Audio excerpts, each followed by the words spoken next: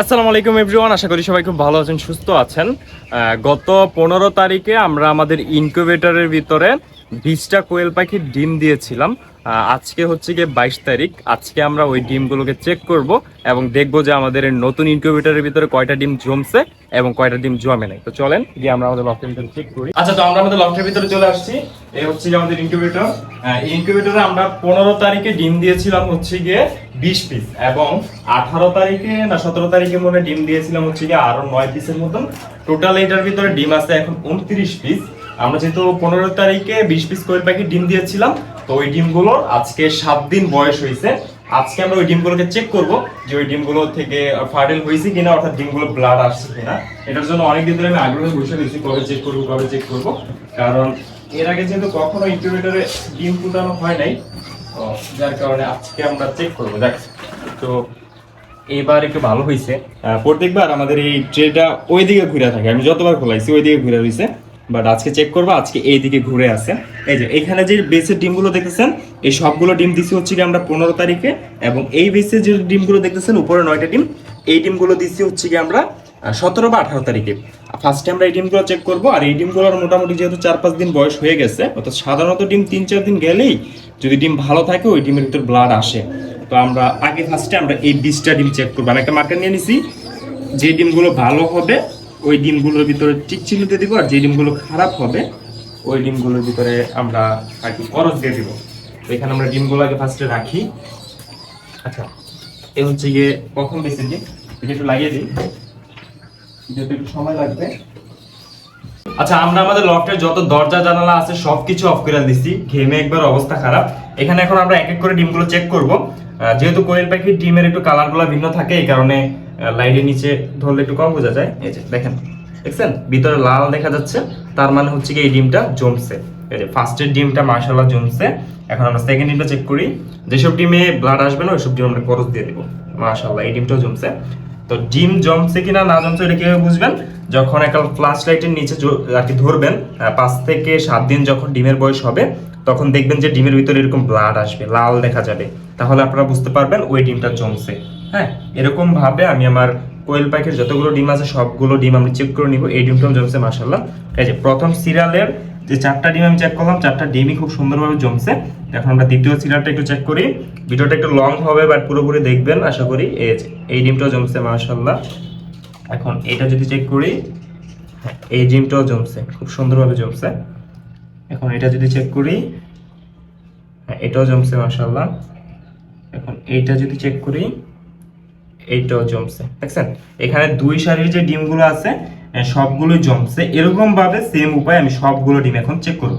আচ্ছা, এখানে আমরা ডিমগুলো সবগুলো চেক করছি, সবগুলোই মাশাআল্লাহ জমছে। জাস্ট এই যে একটা ডিমের ভিতরে একটু সন্দেহ আছে, যার কারণে এই ডিমটার ভিতরে আমি করস দিয়ে দিছি।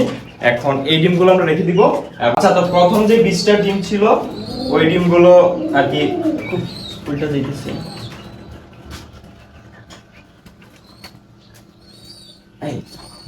আর কি ঘোরার সময় হয়ে গেছে, যার কারণে এটা অটোমেটিক্যালি ঘুরতেছে। আমি যেহেতু এই ডিমগুলো চেক করবো আজকে, এই ডিমগুলো আমি কারণে আমি নামিয়ে নিলাম। যখন আবার আমি ডিমগুলো বসাবো তখন আবার বন্ধ করে আবার ঠিক করতে হবে, তারপর ভিতরে বসাতে হবে। এখন এই ডিমগুলো চেক করবো, দেখি যে এই ডিমগুলো জমছে কিনা। বয়স কিন্তু 4-5 দিন হয়েছে, দেখি এগুলো ব্লাড আসছে কিনা। হ্যাঁ, এটা হালকা আসছে, ভিতরে যাচ্ছে হালকা আইছে, এটা জমছে। এটা দেখি কি অবস্থা। এটা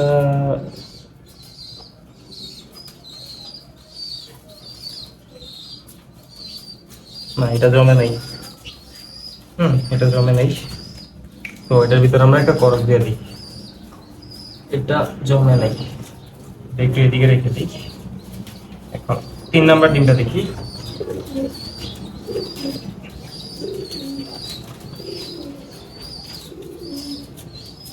হ্যাঁ, এটা জমছে। 4 নাম্বার, এটাও জমছে। 5 নাম্বার,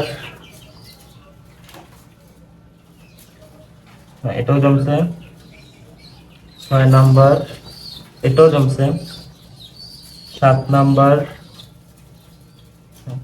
এটাও জমছে, উপরে দেখা যেতেছে। হ্যাঁ, এটাও জমছে। 8 নাম্বার, হ্যাঁ এটাও জ্বলছে, হ্যাঁ ভিতরে শীত দ্বারা দেখা যেতেছে। এবং 9 নাম্বার এটা, হ্যাঁ এটাও জ্বলছে।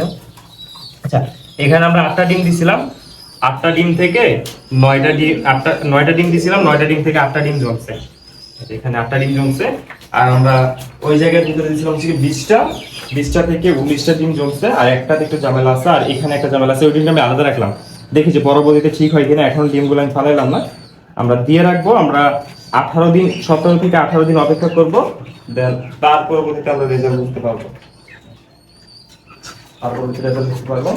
এখন যেহেতু এটা ঘুরে গেছে, এখন যে কাজটা করতে হবে, এখন আমার লাইনটা অফ করতে হবে।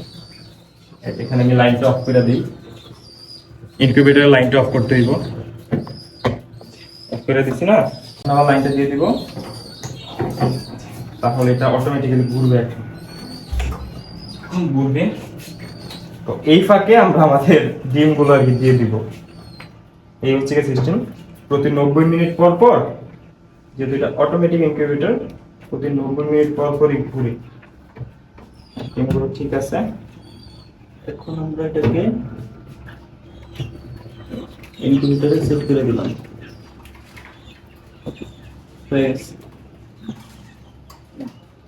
সুন্দর মতন। আচ্ছা, এই হচ্ছে কি আমাদের কাজ শেষ। আমি দীর্ঘ 7 দিন ধরে অপেক্ষা করতেছিলাম যে ডিমগুলো জমছে কিনা দেখার জন্য। তো আজকে এক ফাঁকে আমরা 29টা ডিমই চেক করছি। 29টা ডিম থেকে জন্ম 27টা, হ্যাঁ 27টা জমছে। এখন ফাইনাল রেজাল্ট দেখতে পারবো হচ্ছে কি আমরা 17 থেকে 18 দিনের ভিতর।